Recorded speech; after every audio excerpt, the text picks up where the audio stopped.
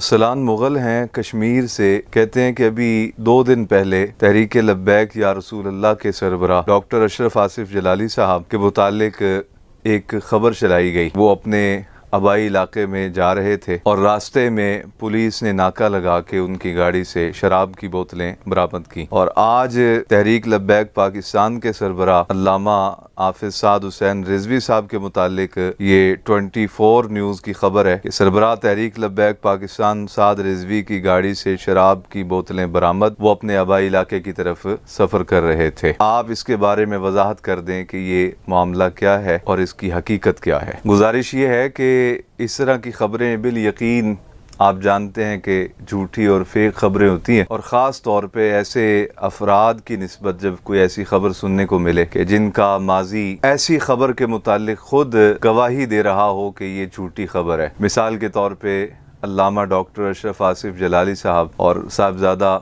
साद हुसैन रिजवी साहब। ज़ाहिर है कि इन लोगों का किरदार गवाही देता है कि अगर इस तरह की कोई बात कहे भी तो ये झूठी बात होगी। वैसे भी ये फितनों का दौर है। नबी अकरम सल्लल्लाहु अलैहि वसल्लम ने इरशाद फरमाया था, अन करीब तुम फितने देखोगे और फितनों के दौर में ईमान उसी शख्स का बचेगा कि जो बकरी के दूध पर इक्तिफा करे और अपनी बकिया ज़िंदगी पहाड़ों की तरफ जाके गुजार दे। मुराद ये था कि वो मुआशरे से जुदा रहे, इसलिए कि मुआशरे का मखलूक का शर ज़्यादा होता है, मखलूक की तरफ से खैर कम मुयसर आती है, फितना ज़्यादा होता है। इस तरह के इल्ज़ामात अंबिया किराम अलैहिमुस्सलाम पर भी लगाए गए, पाकान उम्मत पर भी लगाए गए, और सदियों से हम ये रवैया देखते आ रहे हैं कि मुखालिफीन, हासिदीन, मुबग़िज़ीन इस तरह की बातें करते रहते हैं। और अल्लाह रब्बुल आलमीन ने जिनको इज़्ज़त और वक़ार से नवाजा होता है अपने दीन की खिदमत की बरकत से, अल्लाह रब्बुल आलमीन उनकी इज़्ज़तों में मज़ीद इजाफ़ा फरमा देता है। हासिदीन अपने हसद में जल जाते हैं। कुरान मजीद में फरमाया गया, महबूब आप इन हासिदीन से कहें, कुल मूतू बिग़ैज़िकुम, अपने ही गैज़ और गज़ब में, अपने ही गुस्से में जल जल के मर जाओ। तो नबी अकरम सल्लल्लाहु अलैहि वसल्लम के भी हासिदीन थे, और सदियों में हम ये देखते आए हैं कि आइम्मा दीन, मुज्तहिदीन, मुहद्दिसीन, औलिया कामिलीन पर भी तोहमतें लगती रहीं। हमारे यहाँ उर्फ़ आम में कहा जाता है, मौलवी बख्शे गए तो हम भी बख्शे जाएंगे। मैं कई बार सोचता हूँ कि जो 5 नमाज़ें पूरी पढ़ाए इस कौम के मुताबिक तो वो जहन्नम में जा रहा है, और जो 1-2 कभी वो भी नहीं, कभी पढ़ ली कभी ना पढ़ी, वो पढ़ने वाले ना पढ़ने वाले कभी 5 में हाजिर हो गए, कभी 1 आध पढ़ ली और बकिया सारी छोड़ दी। यानी पढ़ाने वाला जहन्नम में जाए और पढ़ने वाले जो हैं वो जन्नत में जा रहे हैं। कमाल बात है। अल्लाह रब्बुल आलमीन ने कुरान मजीद में तो इरशाद फरमाया था, यौम नदउ कुल्ल उनासिम बिइमामिहिम, क़यामत वाले दिन हम हर बंदे को उसके इमाम के साथ पुकारेंगे, उसके इमाम के साथ तलब फरमाएंगे, उसके इमाम के साथ बुलाएंगे। तो बहरहाल ये फितनों का दौर है, इस तरह की बातें कोई मुश्किल नहीं करना। और आजकल तो इस सोशल मीडिया के ज़माने में हर तरह की खबर बनाई जा सकती है, लोग बना लेते हैं। मैं एक बात ही कहना चाहता हूँ अपने अहले मोहब्बत से कि ईमान सबसे कीमती दौलत है।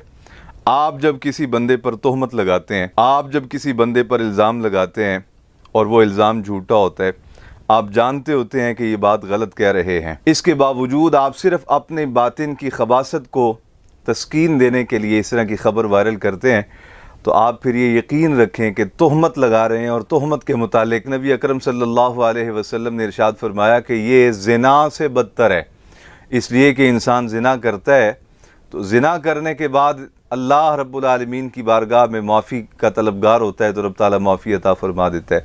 और फरमाया तोहमत ऐसा बड़ा गुनाह है, ये ज़िना से भी बड़ा गुनाह है, कि जिस आदमी पर तोहमत लगाई गई होती है जब तक उससे माफ़ी ना मांगी जाए उस वक़्त तक इस गुनाह की माफ़ी नहीं मिलती। और ख़ास तौर पर डॉक्टर अशरफ आसिफ जलाली साहब हो गए, वो हमारे बुज़ुर्गों में से हैं, बुज़ुर्ग उलमा में से हैं, दाढ़ी उनकी सफ़ेद हो गई, अब वो मेहंदी लगाते हैं। ऐसा बुज़ुर्ग आलिम दीन जिसके शब व रोज़ की कौम गवाह हो।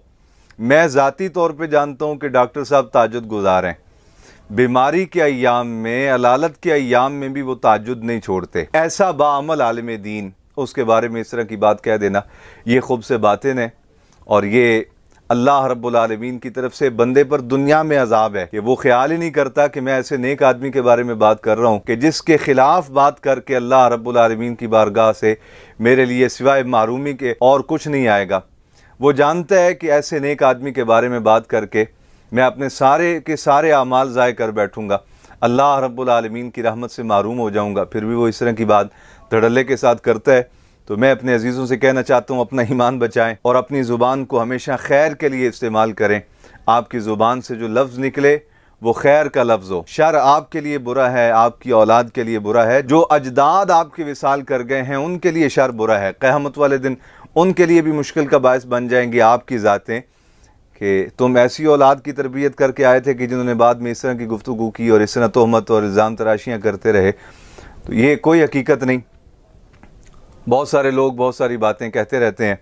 अल्लाह रब्बुल आलमीन हमें अपने ईमान की हिफाजत की तौफीक दे और ऐसे बुज़ुर्ग, ऐसे उलमा, ऐसे बाअमल लोग कि जिनकी ज़िंदगियाँ उम्मत के लिए बायस बरकत हैं, उनसे हमें बरकत समेटने की तौफीक दे, ना कि हम उनके हसद में मुब्तला होकर अपनी नेकियां बर्बाद कर लें।